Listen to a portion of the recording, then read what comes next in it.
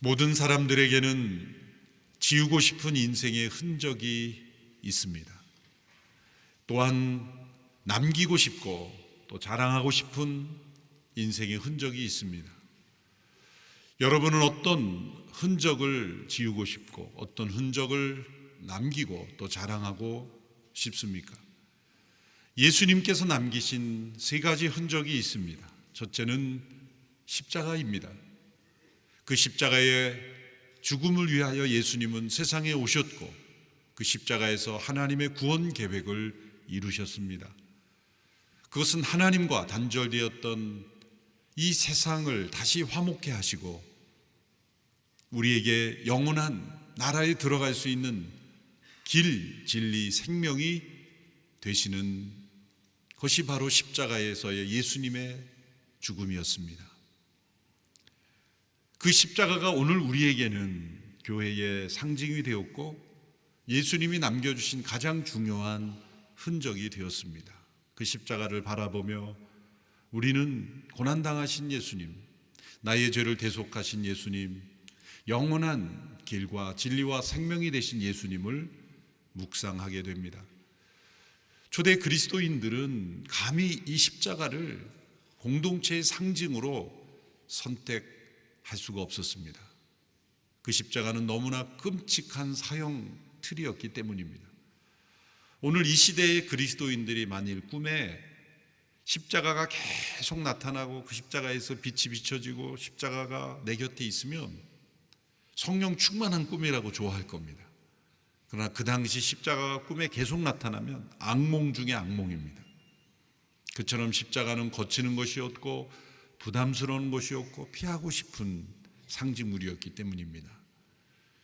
그래서 초대 그리스도인들은 십자가를 상징으로 생각할 그런 조차 하지 못했기에 그들의 공동체의 심벌로 물고기 문양을 사용했죠. 물고기는 익투스라는 이름인데 그 익투스의 알파벳을 다 풀었으면 예수 그리스도 하나님의 아들이시라는 그 단어가 조합되는 그 단어이기에 초대 그리스도인들이 생활했던 예를 들면 카타콤이나 이런 데가 아직도 물고기 문양이 곳곳에 있습니다. 그렇게 어떤 이름을 만들어서 그들 공동체의 상징으로 사용했지만 감히 십자가를 교회의 심벌로 채택하리라고는 생각하지 못했습니다. 여러분, 세상의 여러 종교의 문양들을 보면 다 좋은 것들입니다. 어떤 종교는 꽃을 문양으로 하기도 하고 어떤 종교는 달이나 별을 문양으로 하기도 하고 다 긍정적인 것들입니다. 그러나 교회만이, 기독교만이 사형틀입니다. 끔찍한 사형틀을 그 공동체의 심볼로 사용하는 것은 저희들밖에 없습니다.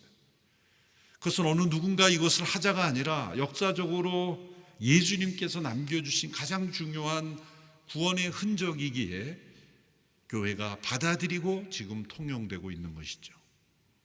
두 번째 예수님께서 남기신 흔적은 빈 무덤입니다. 예수님의 시신을 쌌던 세마포 그리고 예수님의 무덤을 안치했던 돌무덤은 열렸습니다. 예수님의 제자들마저도 누군가 예수님의 시신을 훔쳐갔거나 옮겼을 것이라고 밖에 상상할 수밖에 없는 그 빈 무덤이 예수님의 흔적이었습니다. 죽음이 무너졌다는 흔적입니다. 사망 권세가 깨어졌다는 흔적입니다. 오늘 우리가 이 시대에 우리가 죽음을 경험하고 또 우리 주변에 있는 사람들이 무덤에 들어갈 때 그 무덤이 끝이 아니라는 것, 예수님은 인간들이 가장 피하고 싶은 무덤을 비인 무덤으로 만드심으로 무덤을 볼 때마다 도리어 우리는 부활을 소망하도록 만드신 것입니다. 예수님은 무덤을 빈 무덤으로 만드심으로 우리에게 흔적을 남겨주셨습니다. 세 번째 흔적은 예수님의 부활하신 몸에 남겨진 고난의 흔적입니다. 예수님은 부활하심으로 영광스러운 몸이 되셨지만 십자가에서 창에 찔리신 허리의 흔적 그리고 손과 발에 못 박힌 흔적을 남겨두셨습니다.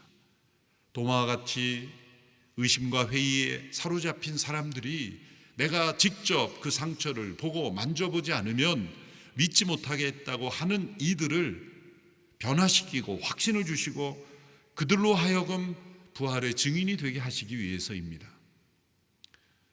또한 더 나아가서 영원한 하나님 나라에서 우리가 하나님을 예배하게 될 텐데 그 예배의 이유와 목적이 바로 십자가에 못 박힌 예수 그리스도이십니다. 요한계시록에 보면 죽임당하신 어린 양, 그분이 우리의 예배의 주제요, 이유요, 목적입니다. 우리도 도마처럼 영원한 하나님 나라에서 하나님을 예배할 때 부활하신 예수님의 그 몸에 이 남아있는 그 손가발의 상처와 흔적을 보게 될 것입니다. 그리고 그 상처를 볼 때마다 우리는 영원토록 죽임당하신 어린 양을 통하여 우리를 구원하시고 영원한 나라로 인도하신 하나님을 예배하게 될 겁니다. 예수님의 부활하신 몸에 남기신 그 흔적, 그 영광의 상처는 우리로 하여금 확신을 가진 증거자가 되게 하시며 복음을 온 세상에 전하는 선교자가 되게 하시며 또한 영원토록 하나님을 예배하는 귀한 통로가 되는 것입니다. 예수님께서 이렇게 우리에게 흔적을 남겨주셨을 뿐만 아니라 예수님을 믿는 성도들에게도 상처를 남겨주십니다.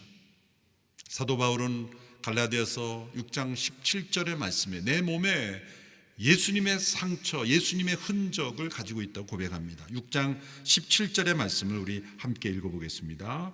시작. 이제부터는 누구든지 나를 부르게 하지 마십시오.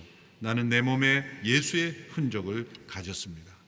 사도 바울은 부활하신 예수님을 증거하며 많은 고난을 받았습니다. 매도 많이 맞았습니다. 감옥에 갇히기도 하였습니다. 죽을 뻔할 위기도 여러 번 겪었습니다. 유대인들에게는 40에 하나 감한매, 곧 39번씩 5번씩 매를 맞았다고 했습니다. 채찍에 5번 맞았습니다. 당시의 채찍은 그 날카로운 철로 만들어진 그 채찍의 끝에 피부에 닿을 때 피부를 파내는, 뜯어내는 끔찍한 채찍이었고 예수님도 그 채찍을 맞으셨죠. 바울도 그 채찍을 5번 맞았습니다. 그의 몸에는 여러 상처의 흔적이 남아 있었고 어떤 상처는 아직도 아물지 않은 상처일 수도 있었습니다. 돌에 맞기도 하였습니다. 그의 몸에 남아있는 이 많은 흉터들, 그것은 예수님 때문에 예수님의 복음을, 예수님의 부활을 전하기 위하여 받은 상처였습니다. 그런데 사도 바울이 이렇게 내 몸에 예수의 흔적이 있습니다 라고 말하는 것은 내가 이처럼 훌륭한 사람입니다, 나는 이처럼 헌신을 많이 한 사람입니다, 나는 이처럼 교회에 공로를 세운 사람입니다 라고 자신을 위대하게 높이는 자랑의 이유로 말하고 있는 것이 아닙니다. 만일 그러한 이유로 자신의 몸에 있는 이 흔적들을 보여주고 있는 것이라면 앞서 갈라디아서 전체에서 사도 바울이 교훈하였던 모든 말씀을 부정하는 것이 되기 때문입니다.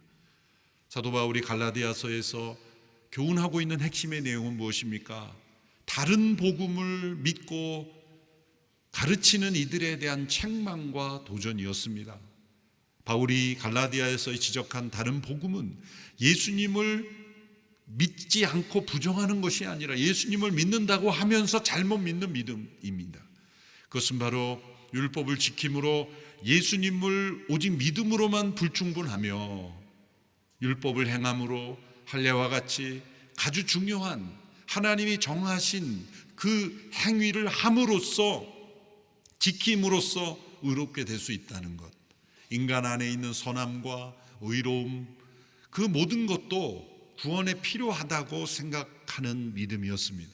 바울은 그것을 다른 복음이라고 말했고 그리고 저주라는 단어를 사용하면서까지 비판하고 도전했습니다. 한마디로 그것은 육체를 자랑하는 것이기 때문이었습니다. 사도 바울이 갈라디아서 전체에서 육체를 자랑하고 의지하는 것에 그 무서움, 영적인 독소를 경계하고 비판하고 그리고 책망하였는데 이제 마지막에 내 몸에 예수의 흔적이 있다라고 말하며 자신이 얼마나 희생하였는지를 보여주며 공로를 내세우며 인정받기 원하며 그리고 자신의 위대함을 알아달라고 말한다는 것은 앞뒤가 맞지 않는 것입니다. 그가 자신이 예수님을 전하며 고난받음으로 받은 이 상처를 밝히는 이유가 무엇입니까? 그것은 자신이 육체를 자랑하는 삶이 아니라 십자가만을 자랑하는 삶임을 고백하고 있는 것입니다. 그가 6장 14절에 이렇게 말하죠. 그러나 내게는 예수 그리스도의 십자가 외에는 결코 자랑할 것이 없다. 예수님만 자랑하는 그러한 믿음, 그것이 곧 이 흔적이 의미라는 겁니다. 우리가 동일한 희생과 헌신을 하더라도 한순간에 우리는 자신을 자랑하고 자신을 높이고 하나님보다 자신을 더 위대하게 만들 수 있는 위험이 있습니다. 곧 육체를 자랑할 수 있는 것입니다. 갈라디아 교회 성도들도 예수님을 믿지 않는 이들이 아니었습니다. 잘 믿고 싶었던 사람들입니다. 그런데 그들의 믿음에 자신의 의, 자신의 행위, 자신의 선함, 자신의 공로를 덧붙였을 때 그들은 다른 복음으로 빠져버리고 있었던 겁니다. 우리의 믿음의 내용은 오직 예수 그리스도의 십자가이어야 하며 우리의 자랑의 내용은 오직 예수 그리스도의 십자가이어야 하기 때문입니다. 6장 12절에서 그가 갈라디아서를 전체를 도전하는 것을 결론을 내면서 11절에 보면 내 손으로 더 큰 글씨로 쓴다라고 말하는 것은 그 앞에 부분까지는 구술을 통해 누군가 받아 적게 하였는데 이제 편지지를 가져와 보라. 그래서 바울이 직접 친필로 더 큰 글씨로 강조하여 이 마지막 부분을 쓰고 있다는 것을 알려줍니다. 12절의 말씀을 우리 같이 읽겠습니다. 시작. 육체의 겉모양을 꾸미려고 하는 사람들이 여러분에게 한류를 강요하는 것은 다만 그리스도의 십자가 때문에 핍박을 받지 않으려는 것뿐입니다. 육체의 겉모양을 꾸미려고 하는 사람들, 할례와 같이 율법적 행위를 강요함으로써 결국 그들이 복음의 방해물이 되고 있다는 겁니다. 그들은 그리스도의 십자가 때문에 핍박을 받지 않으려고 한다는 것입니다. 교회는 이 말씀에 근거하면 두 종류의 교회로 구별될 수 있습니다. 육체의 겉모양을 꾸미는 교회와 그리스도의 십자가 때문에 핍박을 받는 교회입니다. 교회가 역사적으로 한 시대의 흐름, 사상, 조류에 편승하여 육체의 모양을 꾸미면 교회는 아무 문제 없습니다. 갈등이 없습니다. 시대의 흐름과 조류에 익숙하게 따라가기 때문입니다. 한국 교회는 일제강점기에 신사참배에 순응했습니다. 우상숭배가 아니라는 이유로 교단에서 결의를 하여 일본의 황제를 숭배하는 일에 참여했습니다. 육체의 모양을 꾸민 것입니다. 그리스도의 십자가 때문에 핍박받는 것을 피했기 때문입니다. 이 시대에 좋고 좋은 대로 시대의 흐름이 요구하는 대로 오늘 이 시대에 세계적으로 불고 있는 이 다원주의, 이데올로기적 다원주의, 절대 진리는 없으며 어느 종교가 유일한 진리가 있다고 말하는 것은 교만이고 배타적인 것이므로 받아들일 수 없다. 그런 종교는 세상에서 없애버려야 한다라고 말하는 그러한 시대의 흐름에 우리가 편승해서 그 말이 맞는 것 같다. 우리는 요한복음 14장 6절 설교하지 않겠다. 강조하지 않겠다. 하더라도 예배당 안에서만 하겠다. 육체의 겉모양을 꾸며 그리스도의 십자가 때문에 받는 핍박을 피하는 것이죠.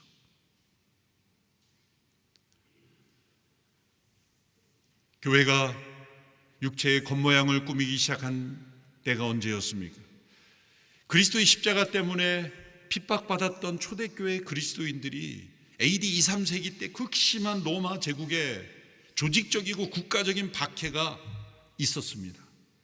그런데 역사적으로 가장 순수했던, 가장 성령 충만했던 그들은 지하 무덤에 숨어서 카타콤 있었던 곳을 가보시면 무덤 땅을 파고 지하에 숨어서 신앙생활을 했던 그들,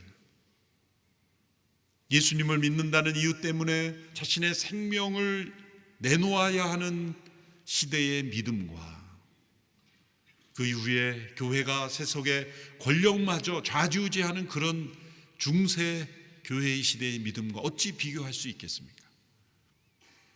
콘스탄티누 황제에 의해서 기독교가 공인되고 핍박이 사라졌을 때 얼마나 성도들이 감사했을까요? 그러나 그 이면에 찾아온 교회 위기는 중세 교회의 위기였고 타락이었습니다. 육체의 겉모양을 꾸미는 교회가 되어버렸습니다. 온갖 제도와 문화, 화려한 예배당과 그리고 형식, 그리고 세속 권력까지 차지하는 교회가 되었습니다. 교황청에서 교황이 황제들의 대관식을 집행해 줘야만 황제가 권위를 최종적으로 인정받는 그런 시대까지 이르렀습니다.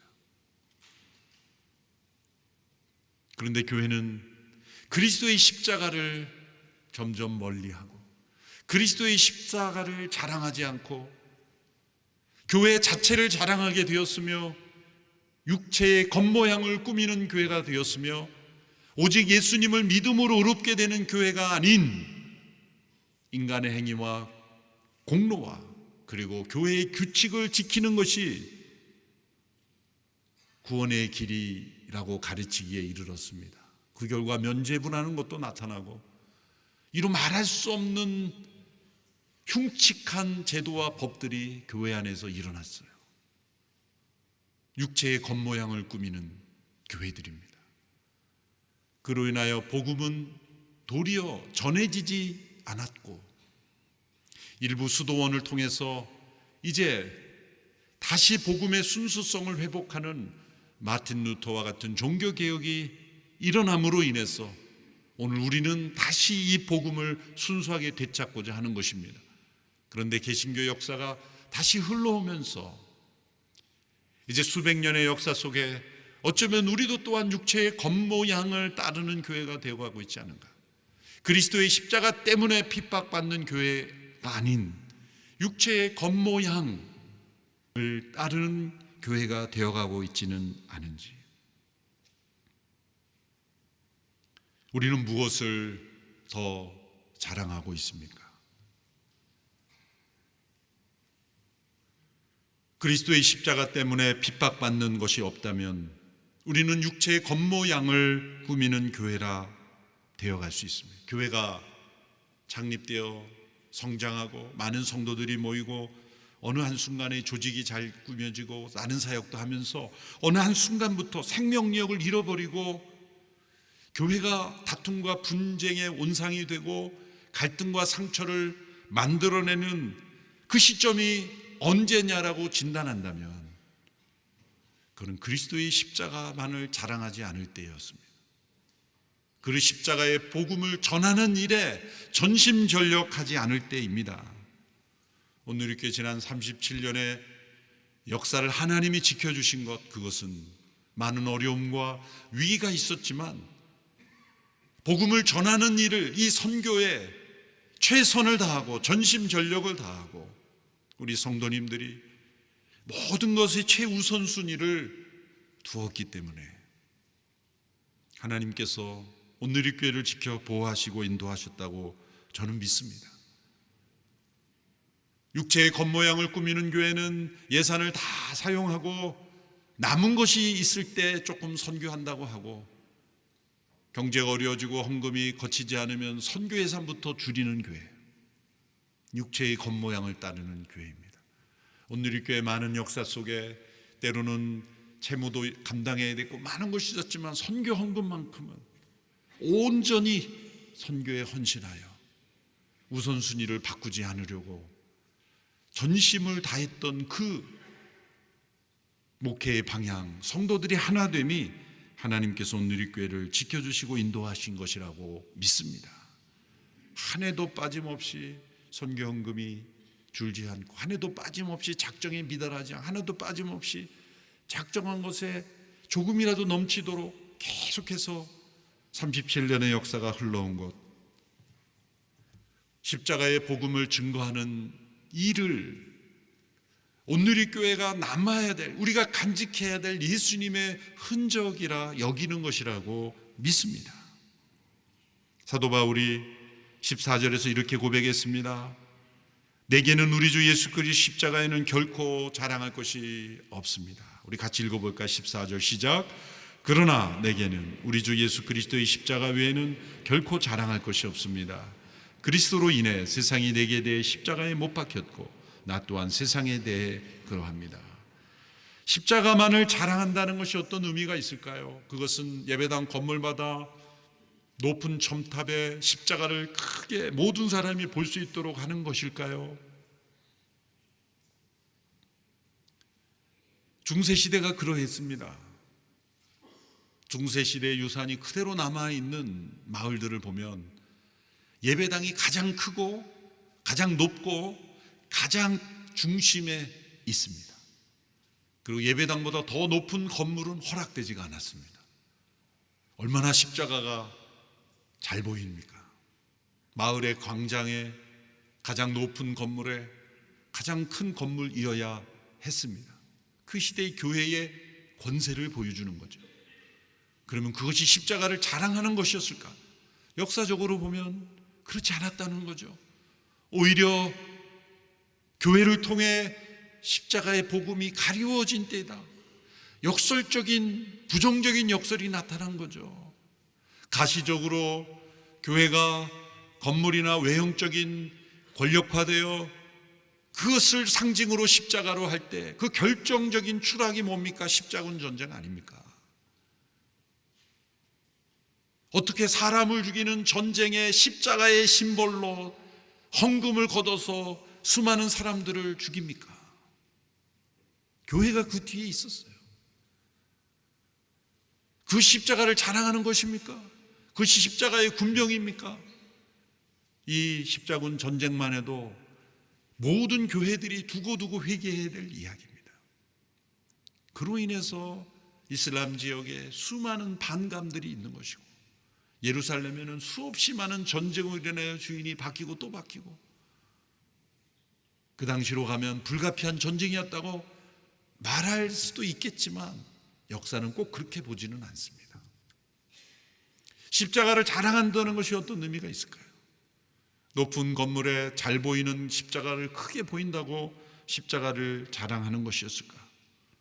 초대교회 그리스도인들은 이 십자가를 감히 예배당에 내걸지 못할 정도로 수치스럽고 두려웠고 떨리는 것이었으며 그들이 십자가를 자랑한다고 할 때 그것은 어떤 의미가 있었을까요? 고난주간이 되면 우리도 십자가 일시적으로 착용하고 기억하려고 하지 않습니까? 제가 미국에 있었을 때 한국의 고난주간에 십자가 대행진다는 행사가 있었어요. 누가 주최한 건 기억이 안 납니다만 연세드신 목사님들이 십자가를 지고 이렇게 행진하는 일정 기간을 행진하는 참 그래서 참 훌륭하시다 이렇게 고난을 체험하려고 십자가 행진을 하시다니 그런데 그 사진을 자세히 보면서 제가 막 웃어버렸어요. 그 이유는 그 십자가 밑에 좋은 바퀴들이 달려 있었기 때문이에요. 바퀴 달린 십자가. 그래서 나무로 된 무거운 십자가일수록 잘 굴러가는 바퀴가 있으면 더 잘 굴러가잖아요. 그 바퀴를 보고 내가 막 혼자 웃었어요. 웃으면 안 되는데 이 십자가를 기념 고난주간에 십자가 대행진하는데 이 잘 굴러가는 바퀴 달린 십자가 이 뭔가 잘 안 어울리는 듯한 그런 모습이었습니다. 왜냐하면 예수님의 십자가는 바퀴가 없었어요. 예수님의 십자가는 몸만 있었어요. 못 박힌 십자가와 바퀴 달린 십자가 이게 참 대조가 되는 우리는 어떻게든 십자가를 지면서도 십자가 때문에 고난받지 않으려는 수고도 덜려는 우리의 모습이 아닐까. 그렇다고 저 해외에서 남미나 필리핀이나 일부 캐톨릭에서 하는 십자가에 체험한다고 직접 못을 받고 막 사람이 죽도록 창으로 찌르고 그렇게 해야 된다는 것일까? 그거는 아니죠. 그러면 이 십자가만을 자랑한다는 게 어떤 의미일까를 우리는 알아야 돼요. 그것이 곧 바울이 말한 내 몸에 예수의 흔적이 있다라고 말하는 것과 연결되는 것입니다. 이 자랑이라는 단어는 사도 바울이 자주 사용한 단어입니다. 신약 전체에서 59번이 사용됐는데 그중 55번을 바울이 사용했으니 바울의 전문 용어라도 말할 수 있는 단어입니다. 주로 고린도 전후서에서 많이 사용되었는데 갈라디아서 6장 14절에 그 단어가 나오죠. 이 자랑이라는 단어, 이 카우카우마이라는 이 단어는 한글이든 영어든 어떤 언어든지 그냥 한 단어로 딱 대응하여 번역하기는 불가능한 단어라 그럽니다. 여러 가지 복합적인 의미가 포함되어 있기 때문입니다. 원문의 뜻을 통해 볼 때 이 자랑에는 세 가지 의미로 정리할 수 있습니다. 첫째는 만나는 사람들에게 말할 수밖에 없는 것입니다. 둘째는 생각만 해도 너무 기뻐서 삶의 의욕을 느끼게 만드는 것. 세 번째는 자신이 믿고 의지하여 삶의 중심이 되고 지탱해 주는 것. 이것이 원문으로 자랑이라는 단어 속에 포함되어 있는 겁니다. 바울이 십자가만을 자랑한다고 할 때 그런 만나는 사람마다 이 십자가에 못 박히신 그리스도를 말할 수밖에 없었고 그 십자가를 바라볼 때 삶의 기쁨이 되었고 중심이 되었고 삶을 지탱하게 되었다는 거죠. 그 이유를 14절 후반부에 이렇게 말하죠. 그리스도인의 세상이 내게 대해 십자가에 못 박혔고 나 또한 세상에 대해 그러합니다. 세 가지가 못 박혔기 때문입니다. 첫째, 십자가가 그리스도를 못 박았기 때문이다. 십자가에 못 박힌 그분이 세상에서 가장 흉악한 범죄인이 죽는 그 죽임당하는 십자가에 죽으신 그리스도가 우리를 살리시는 구세주였었다는 거예요. 그분이 우리의 구원의 길이요 진리요 생명이시라는 것을 깨달았기 때문입니다. 둘째, 그 십자가가 세상을 못 박았기 때문이다. 우리를 얽매이고 우리를 사로잡고 우리로 하여금 이 세상 한복판에 끌어가고 있는 이 세상에 대하여 못 박혔기 때문에, 세상도 못 박혔기 때문에 우리는 그 십자가만을 자랑할 수 있게 되는 겁니다. 그 십자가에 못 박힌 사람만이 세상을 이기고 자유하고 승리할 수 있기 때문이다. 셋째, 그 십자가가 또한 나를 못 박았기 때문이다. 예수님은 혼자 못 박히신 것이 아니라 그를 믿는 모든 사람들을 함께 십자가에 못 박으신 죽음입니다. 그러므로 그리스도께서 세상에 대하여 죽음으로 자유케 되신 것처럼 우리도 세상에 대해 자유케 되었다는 것입니다. 그러므로 십자가만을 자랑하는 삶이 이 세상을 이기는 믿음의 삶을 살 수 있게 된 것입니다. 이 진리를 믿고 체험하는 것이 예수님의 흔적이 있는 삶이라는 겁니다.